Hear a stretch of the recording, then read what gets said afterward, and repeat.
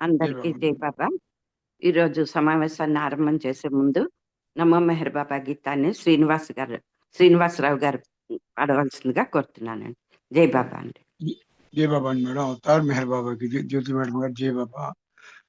నమో మెహర్ బాబా Avatar నమో దేవ దేవా ప్రభు నమో మెహర్ బాబా Avatar నమో దేవ దేవ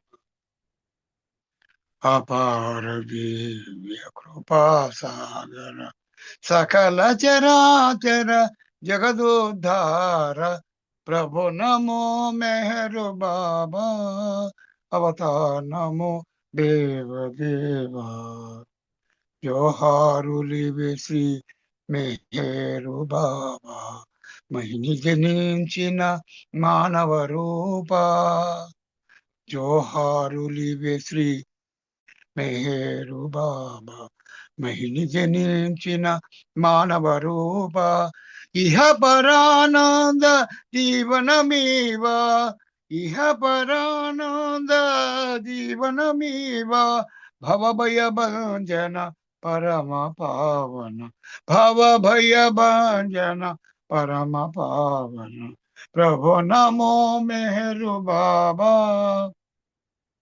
అవతార్ నమో దేవ దేవా అజ్ఞానంధత అంతము చేసి అజ్ఞానాంధత అంతము చేసి దివ్య విజ్ఞాన దృష్టిన సంగి దివ్య విజ్ఞాన దృష్టిన సంగి హరిషడ్వర్గము అంతరింపగా హరిషడ్వర్గము అంతరింపగా అవ్యయ మోక్షం వనుగ్రహింపు అవ్యయ మోక్షం వనుగ్రహింపుము ప్రభు నమో మెహరు బాబా అవతార్ నమో దేవ దేవ ప్రభు నమో మెహరు బాబా అవతార్ నమో దేవ దేవా. జై బాబా అండి. థ్యాంక్ యూ అండి జ్యోతి మేడం గారు. అందరికీ జై బాబా అండి. జై బాబా అండి. శ్రీనివాసరావు గారు చక్కటి ప్రార్థనా గీతంతో ఈరోజు సమావేశాన్ని ఆరంభం చేశారు. మీకు అనేక జై బాబాలు. మనం జై బాబా. అంతం క్రితం మనకు వచ్చిన అవకాశం, బాబా ఇచ్చిన అవకాశంలో ఆయన కృపతో మనం ఉత్తమోత్తమ జీవితం అని లైఫ్ ఎటిట్స్ బెస్ట్ రామకృష్ణ గారు తెలుగులో అనువాదం చేశారు. దానికి అందులో కొన్ని అంశాలన్నీ మనం చదువుకున్నాము. బాబా చెప్తుండేవారు నిజమైన బహుమానం అంటే ఏంటి, దేవుడి యొక్క కర్తవ్యం ఏమిటి, అవతార పురుషుడు ఎందుకు వస్తాడు, సద్గురువు మనకి చేసే సహాయం, తర్వాత శిష్యులు సద్గురువుకి ఏ విధంగా విధేయత చూపించాలి, ఇవన్నీ విషయాల మీద. తర్వాత మతం అంటే ఏంటి, మతం గురించి చెప్పారు. ఇవన్నీ విషయాల గురించి మనకి బాబా చెప్పిన విషయాలు మనం చదువుకున్నాము. ఈరోజు బాబా కృప వల్ల ఈ అవకాశం మనకు వచ్చింది. కాబట్టి ఈరోజు అవకాశంలో మనం బాబా కోసం ఎలా పనిచేయాలి అనే హెడ్డింగ్ కింద మనం చదువుకుందాం. నిజాయితీ గల ఉద్దేశంతో మరియు ప్రేమతో భగవంతుని కోసం చేసే పని బాబా పనే. అలాంటి పని చేసేవారందరూ ఎల్లప్పుడూ బాబాకు చెందినవారే. అంటే మనం ఏ పని చేసినా కూడా నిజాయితీగా మన మనస్ఫూర్తిగా భగవంతుని మీద ప్రేమతోటి చేసామంటే అది తప్పకుండా అది బాబా పని అని చెప్తున్నారు. అలా పనిచేసే వాళ్ళందరూ బాబాకి ప్రియమైన వాళ్ళే అని చెప్తున్నారు. బాబా కోసం ఎవరైనా చేయగలిగిన ఉన్నతమైన పని ఏమంటే ప్రేమ, వినమ్రత, నిజాయితీ మరియు నిస్వార్థ సేవలతో కూడిన కపటం యొక్క ఛాయ కూడా సోకని జీవితాన్ని గడపడమే. మనం బాబా కోసం ఏదైనా పని చేయాలి అని అనుకుంటే ప్రేమతోటి ఆ పని చేయాలి, వినమ్రత, నిజాయితీగా, కపటం లేకుండా నిస్వార్థంగా మనం ఆ సేవ చేసినట్టయితే, ఆ పని చేసినట్టయితే తప్పకుండా అది బాబా కోసం చేయగలిగిన ఉన్నతమైన పని అవుతుందని చెప్తున్నారు. బాబా ప్రేమ అందరికీ లభ్యమే. ఆయన ప్రేమికుల్లోని ప్రతి ఒక్కరికి వారు ఇతరులకు ఈ విషయాన్ని గ్రహించగలిగేలాగా సహాయం చేయడానికి ఆయన ప్రేమ లభిస్తుంది. అలా సహాయం చేయడానికి బాబా ప్రేమికుల జీవితాలే బాబా ప్రేమను సత్యం యొక్క వాస్తవాన్ని వ్యాప్తి చేసే పరికారులుగా మారినట్లు ప్రేమను ప్రసరింపజేసే సాధారణ జీవితాలుగా ఉండాలి. మనకి బాబా ఎప్పుడూ చెప్తుంటారు, మీరు నా గురించి మీరు చెప్పాలి అని అనుకుంటే ఉపన్యాసాలు ఇవ్వడం అవి కాదు. మీరు చేయవలసింది ఏంటంటే, నా యొక్క ప్రేమ, నిజాయితీ, విధేయత ఇవన్నీ ఎలా ఉంటాయో మీ జీవితంలో ఆచరణ చేసి చెప్పడమే, అందరికీ చూపించడమే, అదే నా పని చేయడం అనేసి చెప్పారనమాట. దానికి బాబా ప్రేమ వారికి లభ్యమవుతుంది. అలాగానే మనం చేసినట్లయితే మనకి తప్పకుండా బాబా ప్రేమ మనకి దొరుకుతుంది. అలాంటి జీవితము మరియు ప్రేమ ప్రాణప్రదమైనవి, ఉన్నతమైన బాధ్యతను కలిగి ఉంటాయి. ఎందుకంటే ప్రతి ఆలోచన, మాట మరియు చేతల వెనుక సత్యం యొక్క విశ్వవ్యాప్త శక్తి ఉంది.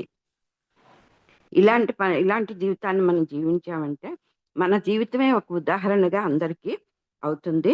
ఎందుకంటే మనం మాట్లాడేది సత్యమే మాట్లాడతాం, చేసే పనులు కూడా ఏ విధంగా బాబాకి ఇష్టమో అలాంటి పనులు చేస్తాం. అందుకని అందరికీ కూడా అది ఒక విధంగానే మనం మన ఒక శక్తిలాగా కనిపిస్తుంది. తర్వాత మన జీవితమే వాళ్ళకొక ఆదర్శం అయిపోతుంది. ఒక వ్యక్తి తన జీవితంలో ఒక క్రమశిక్షణ లేదా నియమానుసారమైన పద్ధతిని పాటించడానికి ఎరుకతో చైతన్యవంతంగా ఆధ్యాత్మిక పథంలో ముందుకు సాగాలనుకుంటే పట్టుదల, న్యాయమైన కృషి అవసరం. అయితే మనం బాబా చెప్పినట్లు నడుచుకోవాలి అని అనుకుంటే ఏం చేయాలి? ముందు మనకి సంకల్పం ఉండాలి. ఇలా చెయ్యాలి మనం అనుకొని ఉండి, మామూలుగా సంకల్పం ఉంటే చాలదు. దాన్ని పూర్తి చేయడానికి కావలసిన పట్టుదల, ధైర్యం 2 కావాలి.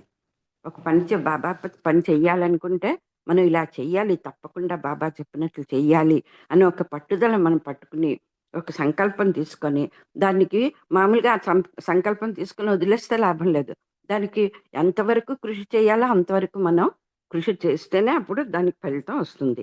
ఈ క్రమశిక్షణ మొదట ధూళి వలె శుష్కమైనదిగా అనిపించవచ్చు, కానీ పట్టుదలతో కొనసాగించినచో అది క్రమంగా వికసించి ప్రేమికుని జీవితంలోని అంతర్భాగంగా అయిపోతుంది.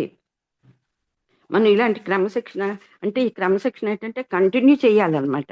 మనకి అదేదో మొదట్లో ఉత్సాహంగా ఒక వారం రోజులు చేసేస్తాం అనుకోండి, ఆ తర్వాత మళ్ళీ చెప్పబడిపోతే లాభం లేదు. దాన్ని మనం పట్టుదలతో కొనసాగించాలి. అలాంటప్పుడే అది మనకి జీవితంలో అది మనకి అలవాటు అయిపోతుంది అనమాట. అలవాటు అయిపోయి అది మన ప్రేమిక జీవితంలో అదొక అంతర్భాగంగా అయిపోతుంది. అతని జీవితాన్నే ఆదర్శంగా మలచి ఇతరులకు సహాయం చేయడానికి ఆ వ్యక్తి ప్రేమలో తడిసి ముద్దైపోవడమే కాదు, దానిలో మునిగిపోవాలి. దానికి నాందిగా ఆ వ్యక్తి మనస్సులోని ఆలోచనలు మరియు హృదయ స్పందనల మధ్య సమన్వయం సమకూర్చుకోవడానికి ప్రయత్నించాలి. అంటే మనకి ఇప్పుడు ఏంటంటే ఇందులో చెప్తున్నారు, మీరు ఉట్టి మనసులో, మనం ఇందాక అనుకున్నట్టే మనస్సులో అనుకుంటే చాలదు. ఆ మనస్సులో అనుకున్న దానికి మనం ప్రాక్టికల్గా మన జీవితంలోని దాన్ని మనం అప్లై చేయడానికి అనేసి మనకి ఏంటో హృదయ స్పందన అంటే హృదయం కూడా దాంతో కలవాలి. హృదయం చెప్పేది బాబా ఎప్పుడు చెప్తుంటుంటారు, హృదయం చెప్పిన మాట వినండి.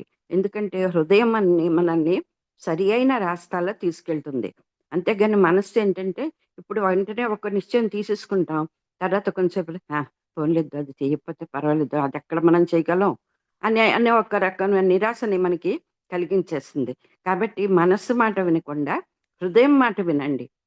అలా అయినప్పుడు మీరు చక్కగా మీ యొక్క పట్టుదలకు ఆ పనిని మీరు పట్టుదలతో సాధించగలరు అని చెప్తున్నారు అనమాట. అయినా మనసు చాలా వేగంగా పనిచేస్తుంది. ఆలోచనలు మెరుపు లాంటివి. మొదట మెరుపు యొక్క ప్రకాశం కనిపిస్తుంది, ఆ తర్వాత ఉరుముల శబ్దం వినిపిస్తుంది. వాటి మధ్య సమతుల్యం సమకూర్చుకోవాలి. కోరికలకు మూలస్థానమైన మనస్సు హృదయంతో కలిసి సాగాలంటే చాలా నెమ్మదిగా పనిచేసేటట్లు చేయాలి. దీర్ఘకాల మౌనం లేదా ఉపవాసాల ద్వారా అది సిద్ధించదు. ఇది మనస్సు ఎలాంటిదో చెప్తున్నారు బాబా. మనస్సు ఎప్పుడు కూడానేమో వేగంగా పనిచేస్తుంటుంటుంది అనమాట. అంటే మెరుపు ఎలాగ సడన్గా వచ్చేస్తుందో అలాగే దాంట్లో ఆలోచనలు కూడా సడన్గా వచ్చేస్తుంటుంటాయి. తర్వాత ఆలోచనలు చేయడానికి ఉరుములు ఎలాగ శబ్దం వస్తుందో ఆలోచనలు మనం అమల్లో పెట్టడానికి మనస్సు మనల్ని త్వరిత వేగంగా పనిచేయడానికి మనకి చేస్తుంది అనమాట. అందువల్ల మనం ఏం చేయాలంటే మన ఏంటి ఈ కోరికలకు మూల స్థానమైన మనస్సుని హృదయంతో కలిసి పనిచేయాలి. హృదయంతో కలిసి పనిచేసేటట్లు చేయాలి అంటే మనం ఏం చేయాలి? మామూలుగా ఇది ఎక్కువసేపు ఉపవాసాలు చేయడం, లేకపోతే మౌనం చేయడం అలా చేయడం పనికిరాదు అని చెప్తున్నారు. మరైతే ఎలా చేయాలని కింద పారాలో చెప్తున్నారు. సమతుల్యాన్ని సరి అయిన దిశలో చేకూర్చుకోవాలని ఆశించే వ్యక్తి హృదయ స్పందనల వేగాన్ని తగినంతగా పెంచుకోవాలి. అప్పుడు కానీ అనుభూతులు ఆలోచనలను అధిగమిస్తాయి. అనగా హృదయం మనస్సును అధిగమిస్తుంది. దానిని సాధించడానికి ప్రేమ అంటే కల్తీ లేని ప్రేమ ఒక్కటే శక్తివంతమైన ఇంధనం. అయితే ఈ మనస్సుని ఈ సమతుల్యాన్ని చేయాలి. మనస్సును ఎలాగ కొంచెం అణిచిపెట్టాలి అంటే అప్పుడు ఎలాగ మనకి ఈ చేయాలి అని అంటే ఆయన ఏం చెప్తున్నారు? కల్తీ లేని ప్రేమ ఒక్కటే దీనికి శక్తివంతమైన ఇంధనం. దాన్ని మనస్సుని అణగదొక్కుని హృదయాన్ని అధిగమించేటట్టు అంటే మనస్సుని ఇంకా వేరేగా మూల పెట్టేసి మనం హృదయం చెప్పిందే వినడానికి చెయ్యాలి అంటే మనకేంటి కావాలి? అసలైన కల్తీ లేని ప్రేమ కావాలి. ప్రేమ యొక్క అసలైన అర్థంలో ప్రేమించడం అతడు నేర్చుకోకపోతే మనస్సు అనే అవరోధాన్ని అతడు దాటలేడు. దాని అసలైన అర్థంలో ప్రేమను అర్థం చేసుకోవాలంటే ప్రేమకు ప్రభువైన వానికి తన్ను తాను అంకితం చేసుకోవడం ఒక్కటే మార్గం. అంటే సాధారణంగా మనం ప్రేమ అనగానే ఏదో మామూలు ఈ సినిమాల్లో చూపించే ప్రేమని ఇసుకుంటున్నాం, లేకపోతే మన అన్నదమ్ముడు అక్క చెడులు చేసిన వాటిని ప్రేమని ఇసుకుంటున్నాం, తల్లి తండ్రి తిన వాటిని ప్రేమని ఇసుకుంటున్నాం. ఆ ప్రేమలు వేరే రకాలైన ప్రేమలు. అసలైన ప్రేమ ఏంటి? భగవంతుని యొక్క ప్రేమ అసలైన ప్రేమ. ఆ ప్రేమను పొందాలి మనం. పొందినప్పుడే మనం మన హృదయాన్ని బాగా వేగంగా పని చేయించగలం. మనస్సును ఒక మూల పెట్టగలిగే శక్తి మనకి వస్తుంది. అలాంటప్పుడు మనం ఏం చేయగలం అంటే భగవంతుడు ఎలా చెప్పాడో అలాగే నడుచుకోగలం అనమాట. అందుకని మనం అలాగే కావాలంటే మనం ఏం చేయాలి? ప్రేమకు ప్రభువైన భగవంతుడు ఆయనకి మనం అంకితం చేసుకోవాలి. అంతేగాక సద్గురువు పాదాలను అన్ని పరిస్థితుల్లోనూ అంటిపెట్టుకొని ఉండాలి. ఆత్మార్పణ ఏమాత్రం సడలిపోయినా అదే ఆ వ్యక్తిని దివ్య ప్రేమ మార్గంలో నుండి తప్పిపోయేటట్లు చేస్తుంది. అంటే అలాంటి ఆ ప్రేమను పొందడానికి, ముఖ్యంగా దివ్య ప్రేమను పొందడానికి సద్గురువు లేకపోతే అవతార పురుషుడు వీళ్ళ ప్రేమను పొందడానికి మనం చేయవలసింది ఏంటంటే సదా సర్వదా మనం వాళ్ళని పట్టుకొని ఉండాలి. ఏ ఒక్క నిమిషం వదిలికూడదు. అందుకే బాబా చెప్తున్నారు కదా, నా కొంగు దృఢంగా పట్టుకోనండి, చివరి వరకు పట్టుకోండి. ఎక్కడైనా వదిలిసామంటే ఏమైపోతుంది? జారిపోయి వెళ్ళిపోతాం అనమాట. అంటే భగవంతుడు ముందుంటాడు, మనం ఎక్కడో ఏ గదంలో పడిపోతుంటుంటాం అనమాట.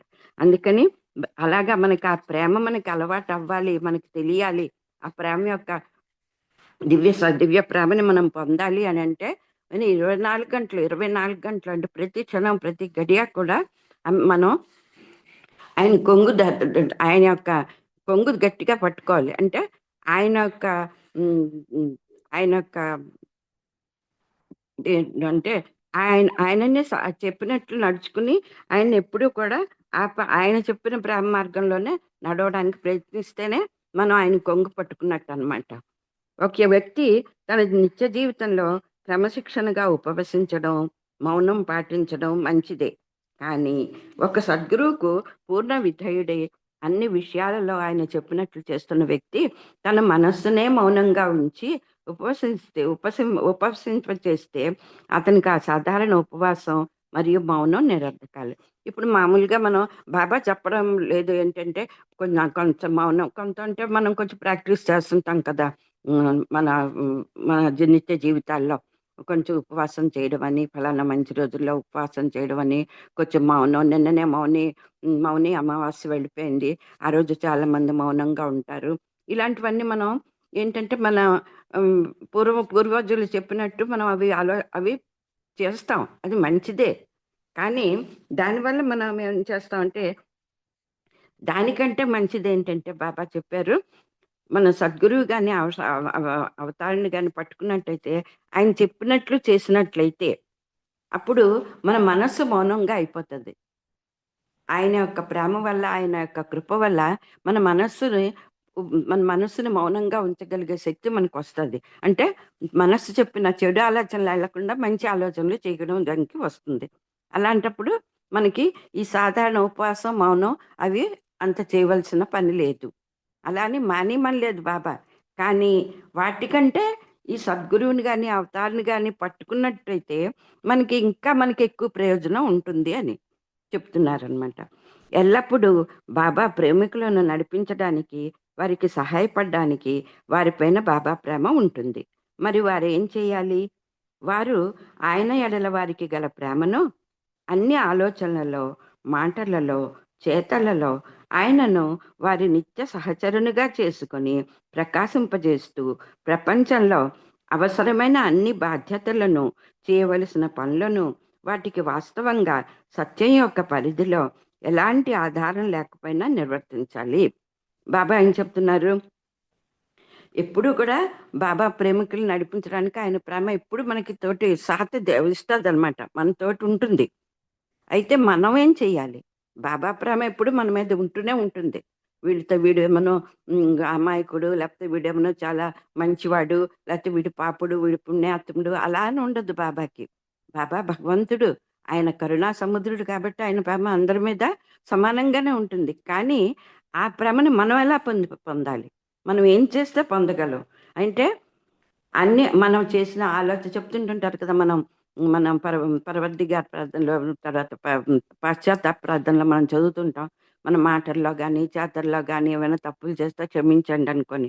అలాగా అప్పుడు గడిగడికి తప్పులు చేసేయడం, క్షమించమనడం, అడగడం అలా కాకుండా ఆయన ప్రేమను మనం పొందాలంటే ఆయన ఎలా చెప్పారో అలాగా మన ఆలోచనలో గాని, మాటల్లో గాని, చేతల్లో గాని ఎప్పుడు చూసినా సరే ఆయన్ని స్మరణ చేసుకుంటూ, ఆయన్ని నిత్య సహచరుడిగా చేసుకుంటూ, మన పనులను, మన బాధ్యతలను చేస్తే ప్రపంచంలో గాని, మనం సత్యం యొక్క పరిధిలో వాటికి వాస్తవంగా సత్యం యొక్క పరిధిలో ఎలాంటి ఆధారం ఇప్పుడు మన బాధ్యతలు ఉన్నాయనుకోండి, దానికి సత్యంతో పనుండదు.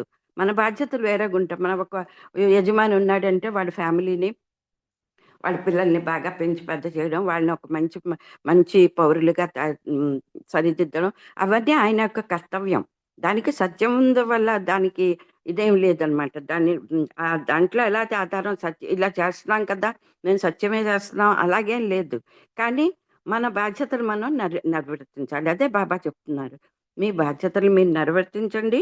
కానీ అలా నిర్వర్తించుతూ కూడా నిర్వర్తించినప్పుడు మీ ఆలోచనలో గాని, మాటల్లో గాని, చేతల్లో గాని నన్నే గాని మీ నిత్య సహచరుడిగా చేసుకుంటే మనం పెడదారి తొక్కడానికి అవకాశం ఉండదు. మనం సత్య మార్గంలోనే ఆటోమేటిక్‌గా మనం నడవగలుగుతాం అనేసి బాబా చెప్తున్నారు. ఇంకా నెక్స్ట్ బాబా కార్యక్రమాలేంటనేసి బాబా కార్యక్రమాలన్నీ మనకి బాబా ప్రేమికులుగా మనకందరికీ కూడా తెలిసినవే. కానీ ఇందులో ఆ హెడ్డింగ్ తోటి ఒక ఇది ఉంది కాబట్టి కొంతవరకు చదువుకుందాం. నా కార్యక్రమాలని బాబా చెప్తున్నారనమాట. మానవుడు అవడం అంటే పరిపూర్ణత్వాన్ని పొందడమే. కానీ మానవుడు చైతన్యంతో భగవంతుడైన తర్వాత ఎప్పుడు మళ్ళీ మానవుడిగా స్థూల చైతన్యాన్ని పొందుతాడో అప్పుడు అతడు ఉన్నతోన్నత పరిపూర్ణత్వాన్ని పొందుతాడు. అలాంటి సద్గురువు భగవంతుడు మాత్రమే కాదు, మానవ రూపంలో భగవంతుని జీవితాన్ని గడుపుతాడు. అంటే ఇప్పుడు మామూలుగా ప్రతి మానవుడి యొక్క లక్ష్యం ఏంటి? భగవంతుని చేరడం. అయితే భగవంతుని చేరినంత మాత్రాన్ని ఇప్పుడు మనం ఇంట్లోంచి బయటికెళ్ళి మళ్ళా తిరిగి వచ్చేస్తాం ఎవరైనా సరే. అదే అందరికీ ఉంటదది. అలాగే మనం భగవంతుడిలోంచి వచ్చాము, తిరిగి భగవంతుడిలోకే వెళ్ళిపోతాం. అది షూర్‌గా ఎన్ని లక్షల జన్మలైనా సరే. భగవంతుడు మెల్లిగా మన ఆలోచనల్ని, మనస్సుని మంచిగా చేసి తీసుకెళ్ళిపోతాడు తన దగ్గరికి. అందులో గొప్పతనం ఏం లేదంటున్నారు. కానీ బాబా చెప్పారు కదా! కొన్ని ఆత్మలు భగవంతుడి యొక్క సాక్షాత్కారం పొందిన తర్వాత ఏం చేస్తారు వాళ్ళు? కిందకి మిగతా ఆత్మలు ఈ విశ్వంలో ఉండే మిగిలిన ఆత్మల యొక్క కళ్యాణాన్ని చేయడానికని, తర్వాత ఎక్కడైతే ఒక కష్టం అంటే పరిస్థితులు బాగులేవో ఆ జాగాలో వాళ్ళు మళ్ళా జన్మ తీసుకుని ఇటు సద్గురువిగా అటు భగవంతుడిగా అంటే రెండు తత్వాలని ఉంచుకొని అతను భగ మానవుల సేవ చేయడానికి కిందకి దిగుతాడనమాట. అలాంటి వాళ్ళే అది పరిపూర్ణత పొందడం అనేసి చెప్తున్నారు. అంటే మన మట్టుకు మనం ఉద్ధారం చేసుకోవడం కాదు, మిగిలిన వాళ్ళని కూడా ఉద్ధరింప చేయడానికి ప్రయత్నం చేయడమే అది పరిపూర్ణ జీవితం అని చెప్తున్నారు అనమాట. సద్గురువు పరిపూర్ణత అంటే సద్గురువు ఏకకాలంలో మాయలో ఉంటూనే మాయకు అతీతుడిగా ఉంటాడు. కర్మ సిద్ధాంతపు రాజ్యంలో ఉంటూనే ఆయన దానికి బద్ధుడు కాడు. ఆయన చేసిన కర్మలన్నీ అకర్మలే. ఎందుకంటే అలాంటి మామూలు కర్మలు మామూలు మనిషి చేస్తే అతన్ని బంధిస్తాయి. కానీ అవి సద్గురువు చేస్తే అతన్ని బంధించకపోవడమే గాక అవి మానవాళిని మాయ యొక్క అజ్ఞానం నుండి విడుదల చేసే ఆయన ఆధ్యాత్మిక కార్యానికి మార్గాలుగా ఉంటాయని చెప్తున్నారు. సద్గురువుకి ఏకకాలంలోనే అతడు మాయకు కూడా అతీతంగా ఉంటాడు. ఎందుకంటే అతను భగవంతుడి యొక్క రూపమే అన్నమాట. అతను ఏం చేస్తాడు? కర్మలు చేస్తాడు. సద్గురువు కూడా మనకి సాయిబాబా వీళ్ళందరి గురించి మనం తెలుసు. కర్మలు చేస్తారు, కానీ ఆ కర్మల వల్ల వాళ్ళకి ఇంకా అవి బంధించవన్నమాట. ఎందుకు అదంటే సద్గురువు చేసే ఇవి ఆయన మానవాళ్ళని అజ్ఞానం నుండి విడుదల చేయడానికి చేస్తారు కర్మలు, అంతేగాని తన గురించి చెయ్యరు. అది విశ్వ కార్యక్రమం గురించి చేస్తారు కాబట్టి వాటి నుంచి ఏ బంధనాలు సద్గురువుకి ఉండవని చెప్తున్నారు. సద్గురువులు స్వాతంత్రం నుండి కూడా స్వతంత్రులు. అందువల్ల వారు ఆధ్యాత్మిక పని చేసే పని కోసం చేసే అకర్మక పనుల నుండి కూడా స్వతంత్రులే. వాళ్ళకి ఏంటంటే అన్ని విధాల స్వతంత్రం ఉంది భగవంతుడి నుంచి. ఆయన దగ్గర నుంచి ఆజ్ఞ తీసుకొని వచ్చేసారనమాట. వాడు భగవంతుడికి ఎంత స్వతంత్రుడో అలాగే వీళ్ళు కూడా స్వతంత్రం ఉన్నది. కాబట్టి ఈ ఆధ్యాత్మిక కృషి పని కోసం చేసే పనులు కూడా అవి అకర్మక పనులే అని చెప్తున్నారు. నా పనుల గురించి తెలుసుకున్న వారికి నేను చెప్పగలిసింది ఏమిటంటే, నా ఆంతరిక జీవనం మరియు ఆంతరికమైన పనులకు సంబంధించినంత వరకు కేవలం భగవంతుడు మరియు భగవదైక్యం పొందిన వారు మాత్రమే వాటిని తెలుసుకొని అర్థం చేసుకోగలరు. బహిర్గతంగా నేను చేసిన పనులకు సంబంధించినంత వరకు నేను మస్తులతో సాధు సత్పురుషులతో వారిని కలుసుకొని వారితో పనిచేసి వారికి సేవ చేసి భక్తి శ్రద్ధలతో వారికి ప్రణమిలిన అన్ని చర్యలు నా శిష్యునిచే రాయబడి ది వేఫేరర్స్ అనే గ్రంథంలో భద్రపరచబడినవి. మనం అనుకోవచ్చు బాబా భగవంతుడు, కానీ ఎందుకు సాధువుల కాళ్ళు కడిగారు, లేకపోతే కుష్ఠరోగుల కాళ్ళు కడిగారు, మిగతా మస్తులకి ఎంతో సేవ చేశారు, ఇవన్నీ ఎందుకు సాధారణ మానవుల్లాగా చేస్తున్నారు ఈ బాబా అనుకోవచ్చు. కానీ దాన్ని అర్థం చేసుకోవడం మామూలు మనుషులకి సాధ్యం కాదని చెప్తున్నారు. ఇది ఎవరికి సాధ్యం అవుతుంది? భగవంతుడు చేసే పనులు భగవంతుడికే అర్థం అవుతుంది. లేదు, భగవదైక్యం పొందిన వారు మాత్రమే దాన్ని అర్థం చేసుకోగలరు, అంతేగాని మామూలు మనుషులు మీరు అర్థం చేసుకోలేరు. ఇవన్నీ అయితే నేను వీళ్ళకి సేవ చేసి ఇవన్నీ చేసినవన్నీ కూడా నా మస్తులకు సేవ చేసినవి అన్ని విషయాలు ఆయన ది వేఫేరర్స్ అని మనం తెలుసు కదా, ఆ గ్రంథంలో భద్రపరిచినవి అని చెప్తున్నారు. నేను ఆటలతో ముఖ్యంగా క్రికెట్తో వినోదిస్తాను, గోళికాయలు ఆడతాను, గాలిపటాలు ఎగురవేస్తాను, ఇంకా సంగీతాన్ని వినడం మొదలైన చాలా అరుదుగా చేస్తూ ఉంటాను. అనాదిగా నేను మాయాజనిత విశ్వంతో ఆడుకుంటూనే ఉన్నాను. ఈ ఆటలు వినోదం ఇంకా కొనసాగుతూనే ఉంది. అప్పుడప్పుడు నేను చలనచిత్రాలు చూస్తాను, ఎక్కువగా హాస్యరస ప్రధానమైనవి. ఎప్పుడు మారిపోయేది, ఎన్నటికీ ముగిసిపోనిది అయిన విశ్వం అనే సినిమాకు నిర్మాతనైన నేను నా అసలు స్థితిని చూచి వినోదిస్తూ ఉంటాను. ఆయన హాస్య సినిమాలు అవి చార్లీ చాప్లిన్ అలాంటి సినిమాలు బాబాకి చాలా ఇష్టం. అయితే అవి ఎందుకు చూస్తారు అంటే, ఈ విశ్వం అనే సినిమాకి నిర్మాత ఆయనే. మనం పాడతాం కదా పాటలో, దర్శక నిర్మాత నీవి అనేసి. ఆ నిర్మాత అయితే ఆయన నేను వీటిని నిర్మించానని అది తెలుసుకోవడానికి అవన్నీ చూసి హాస్య అవన్నీ చూసి సినిమాలు చూసి ఆయనట వినోదం పొందుతారట బాబా చెప్తున్నారు. విశ్రాంతిని కూడా పొందుతానని చెప్తున్నారు. ఎల్లప్పుడూ ఆత్మ యొక్క స్థితుల పట్ల అనగా అనంతమైన శక్తికి, వైభవానికి మూలమైనది ఉండి కూడా దానిని మానవ రూపంలో గతంలోని విభిన్న ద్వంద్వ రూపాల ద్వారా సంక్రమించిన అజ్ఞాన బంధాల్లో చిక్కుకొని నిస్సహాయ స్థితిని అనుభవించడంలో ఉండే హాస్యం తెలిసి ఉండి ఆ కథలను వింటూ ఉంటాను. భగవంతుడు బాబా చెప్తున్నారు ఏంటంటే, మానవుడిది అసలు జీవితం మంచిదే, భగవంతుని వచ్చిన అంశే. అయినా కానీ తన సంస్కారాలు ఈ ద్వంద్వ రూపాల ద్వారా సంస్కారాలను పెంచుకొని ఆ సంస్కారాల ద్వారా నిస్సహాయ స్థితిలో ఉంటాడనమాట మనసు. అవి చూసి ఆయన ఆ హాస్య అవి అనుభవిస్తున్నారు. వాళ్ళు ఎలా అనుభవిస్తున్నారో అవి చూసి, అంటే ఈ హాస్య సినిమాల్లో ఎలాగున్నదో అలాగే వీళ్ళు కూడా ఆయనకి హాస్యంగా అనిపిస్తుంది అనమాట. ఏంటంటే వీళ్ళు నేను చెప్పిన మాట వినకుండా వీళ్ళు అజ్ఞానంతో అసలు పెడదారులు పెట్టి అనవసరంగా కష్టాలను కొని తెచ్చుకుంటున్నారు అని ఆయనకి హాస్యంగా అనిపిస్తుంది అనమాట తన సృష్టిని చూసి. శాకాహారులను వారి ఆహారాన్నే భుజించమంటాను. కొంచెమే ఉందండి, ఇక చదివేసి బంద్ చేస్తాను. శాకాహారులను వారి ఆహారాన్నే భుజించమంటాను. అలాగే మాంసాహారులను మాంసం, చేపలు మొదలగు వాటిని తినడానికి అంగీకరిస్తాను. అయినా నా ఆదేశాల ప్రకారంగా నాతో ఉంటున్నవారు ఒక నియమానుసారం నేను వేరే విధంగా ఆదేశించినప్పుడు తప్ప శాకాహారమే భుజిస్తారు. అంటే ఆయన మాంసాహారం ఇది ఆహారం తినకూడదు, ఇది తినకూడదు అనే ఆంక్షలు ఏమీ పెట్టలేదు. కానీ తన మండలి వారితోటి తనతోటి ఎవరెవరో ఉంటున్నారో వాళ్ళకి మాత్రం ఒక నియమాన్ని పెట్టారు. ఏంటంటే శాకాహారం తినమని ఎప్పుడైనా ఆదేశించినప్పుడు ఆయన ఇష్టం అయ్యి ఆదేశించినప్పుడు మాత్రం వాళ్ళు ఇష్టం వచ్చినట్టు తినొచ్చని మనం బాబా జీవితం చదువుకున్నప్పుడు మనకు అన్నీ తెలుస్తున్నాయని. ఎప్పుడో ఒకప్పుడు నేను నా ప్రేమికులకు మధువు తాగిస్తాను, కానీ అది ద్రాక్షరస మధువు కాదని, అది ప్రేమ అనే విశుద్ధమైన మధువని, అది దివ్య ఉన్మత్తతను కలిగించి భగవదైక్యాన్ని పొందడానికి సహాయం చేస్తుందని వారు అర్థం చేసుకునేలా చేస్తాను. అంటే బాబా చేసే పనులు వేరు, దాని వెనకాతలుండే అర్థం వేరు. అది మనం అర్థం చేసుకోవాలి. ఎలా అంటే ఆయన తన ప్రేమ అనే మధువుని ఇస్తున్నారు. ఇచ్చి అది తాగడం వల్ల మనకేమవుతుంది? దివ్య ఉన్మత్తత వస్తుంది. ఎలాంటి ఉన్మత్త వస్తుంది అంటే, మొత్తం ఎలాంటి మత్తు కలుగుతుంది? దివ్య ప్రేమ అనే మత్తుని కలిగిస్తాను అని చెప్తున్నారు అనమాట బాబా. నేను ఏ మతం గురించి జోక్యం చేసుకోను. అందరినీ వారి సంప్రదాయాలను నిరాటంకంగా అనుసరించడానికి అనుమతిస్తాను. భగవంతుని ఎడల ఉండే ప్రేమతో పోలిస్తే బాహ్యంగా చేసే తంతులకు ఎలాంటి విలువ లేదు.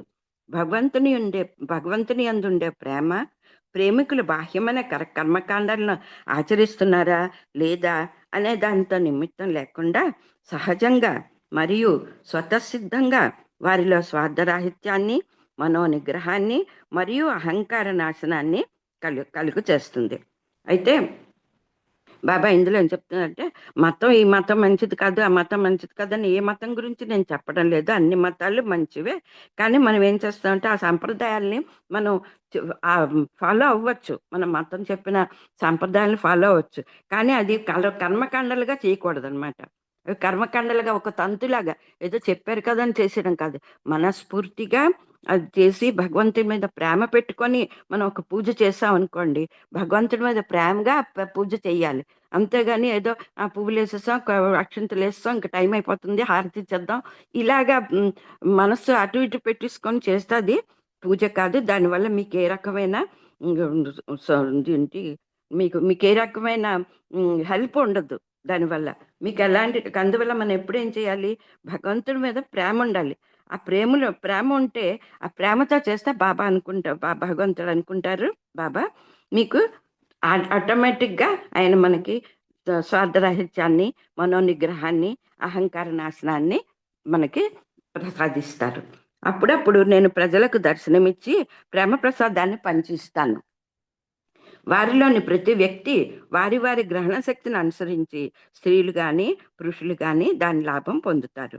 నేను నాతో సన్నిహిత సంబంధం గల వారికి నా ఆదేశాల రూపకంగా ఉపదేశం అంటే ఆధ్యాత్మిక సలహాలను ఇస్తాను.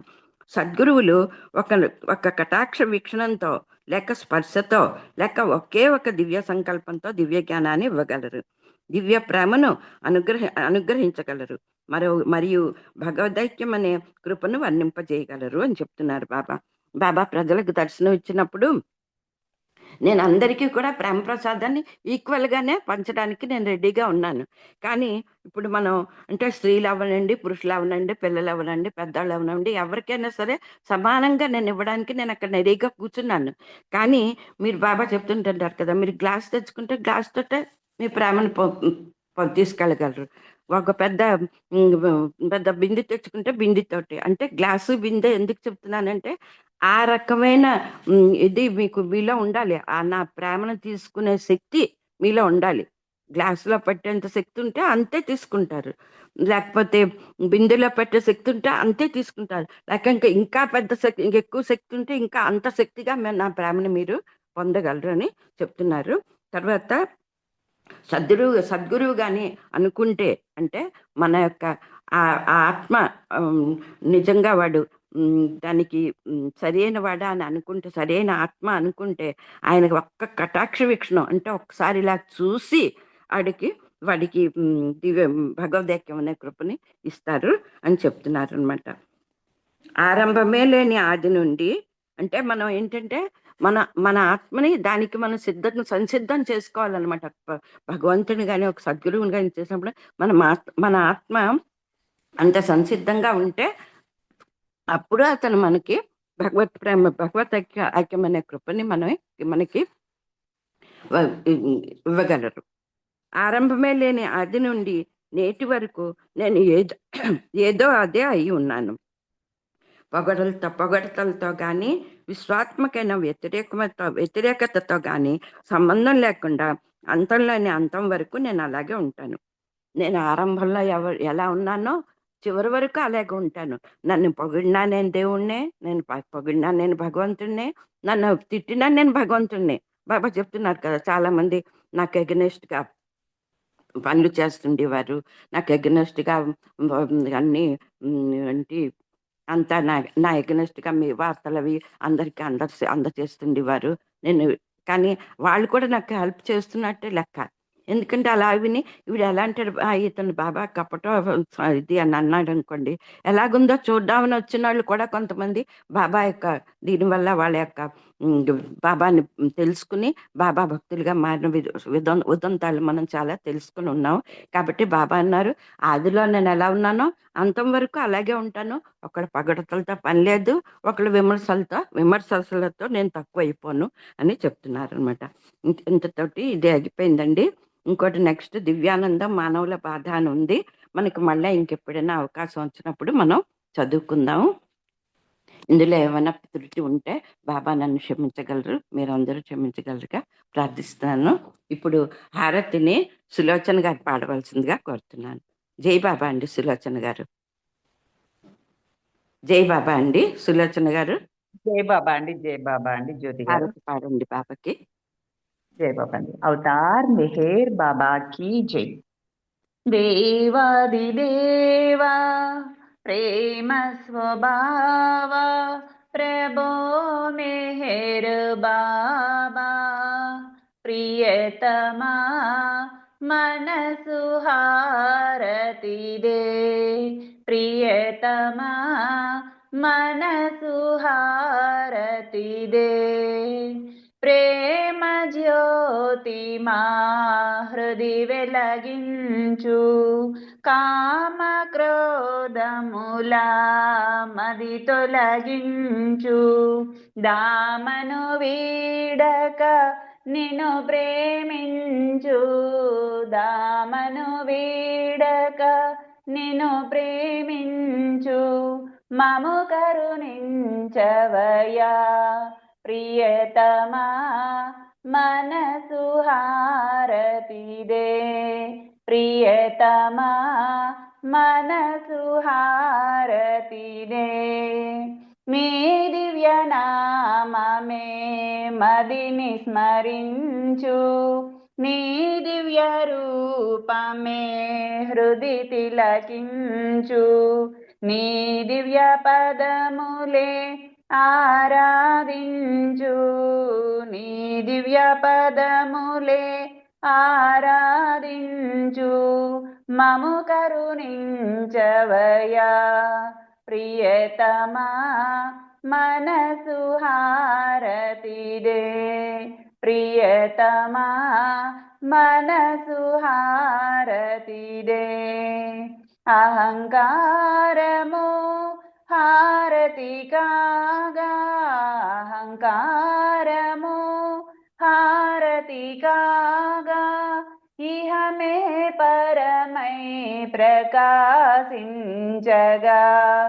ఇహమే పరమై ప్రకాశించగా పాహి శరణు సాయోజ్యము పొందగా పాహి శరణు సాయోజ్యము పొందగా మము కరుణించవయా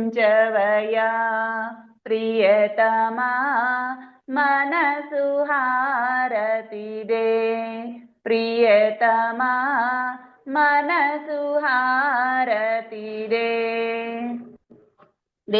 దేవాదిదేవా ప్రేమ స్వభావా ప్రభో మెహరు బాబా ప్రియతమా మనసు హారతిదే ప్రియతమా మనసు హారతిదే అవతార్ మెహర్ బాబా కీ జై అవతార్ మెహర్ బాబా కీ జై అవతార్ మెహర్ బాబా కీ జై జై మెహర్ బాబా అందరికీ జై బాబా జ్యోతి గారు జై మెహర్ బాబా అండి మీకు జై బాబా అండి చక్కటి హారతితో